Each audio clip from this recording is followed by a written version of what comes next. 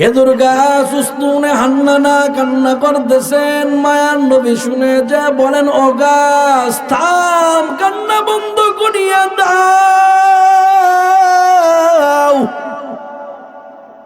মায়ার নবী কাছে গেছেন, গাছ আর উচ্চ স্বরে বেশি করে কান্না করতেছে। সন্তানকে যদি বাবায় আঘাত করে, মা যদি সন্তানকে কোলের ভিতর নিয়ে আদর করে আর চুমু খায়, সন্তান আদর পেয়ে কান্নার রোল আরো বাড়ায় দেয়। ধরে সরে বলেন ঠিক কিনা? বাবাই যদি একটু বর যায় বলে, সন্তান তোমাকে তো বেশি জোরে আঘাত করিনি, আসো তোমাকে বাজার নিয়ে যাব, মিষ্টি খাবো, মজা কিনে দেব, জামা কাপড় কিনে দেব। ওই সন্তান বাবার কোলের ভিতরে গিয়ে আদরে ফুফাই ফুফাই আরো জোরে কান্না করে, ঠিক কিনা? নবী আমার খেজুর গাছকে আবার বলতেছেন, ও খেজুর গাছ কান্না বন্ধ করিয়া দাও, আর তুমি কান্দিও না।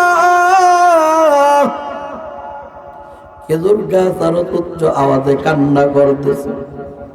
মায়ার নবী বলেন, ওরে গাছ কি জন্য কান্না করো, আমার কাছে একটু বর্ণনা দাও। খেজুর গাছের আমার আল্লাহ জবান খুলে দিছেন, আল্লাহু আকবার। খেজুর গাছ মায়ার নবীকে ডেকে বলেন, রে পয়গম্বর,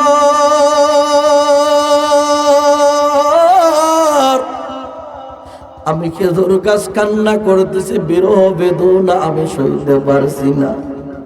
ও নবী আমার, আপনি এতদিন খুতবা মুবারক পাঠ করছেন, আপনার শরীর মুবারক আমার সাথে হেলান দিয়া আজকে সাহাবায়ে কেরাম নতুন মেহরাব মেম্বার বানাইছে, আপনি আমাকে দূরে সরাই রাখছেন।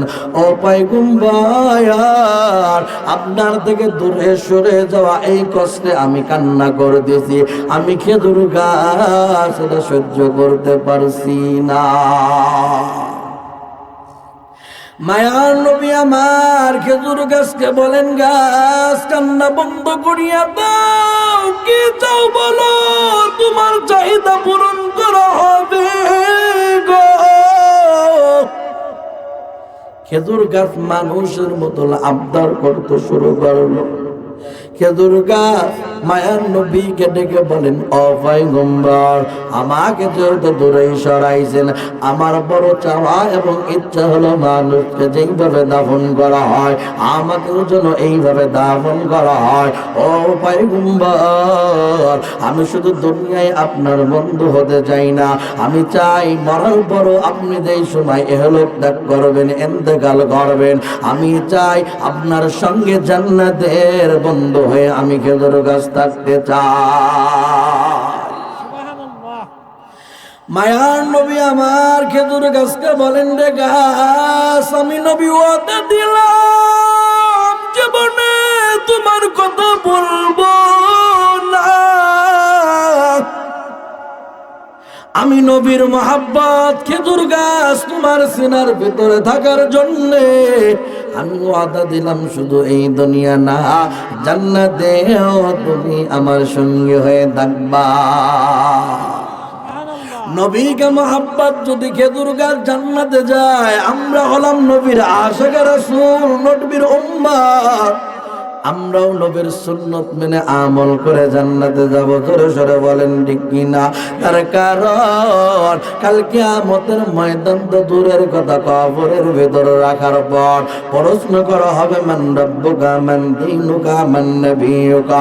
আমার নবীর রওজা মুবারক থেকে কবর পর্যন্ত সুরঙ্গ করা হবে, কবরের ভিতর আমার নবীকে হাজির করা হবে, নবীকে দেখানো বলা হবে, একে চিনো নাকি?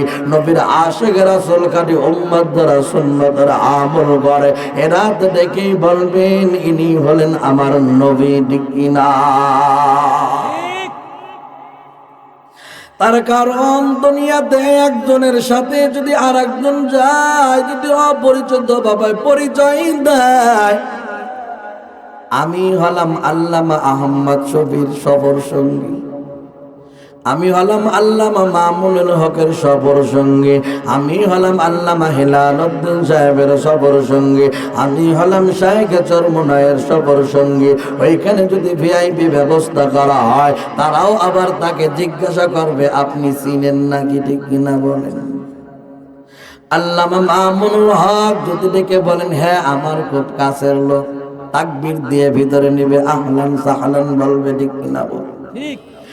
আর আল্লামা মামুনুল হক যদি বলেন চিনি না, ভণ্ড বাটপার, আমার নামে মিথ্যা পরিচয় দিয়া,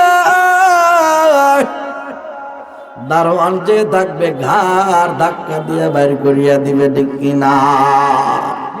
ওরে বান্দা, নবীর সামনে যে সময় বলবা ইনি হলেন আমার নবী, আর নবী যদি ডেকে বলেন আমার উম্মত, আল্লাহর কসম করে বললাম কোনো পরীক্ষা লাগবে না।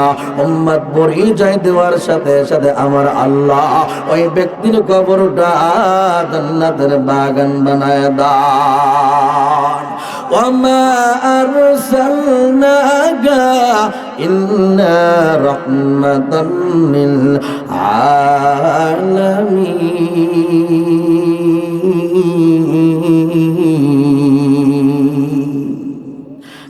ইমামুল আউয়ালিনাল আখিরিন, বহর সদকা রহমাতাল লিল আলামিন, সদওয়া জোদাস রহমাতাল লিল আলামিন, মসজিদে ও সদ আমারো ये জমিন।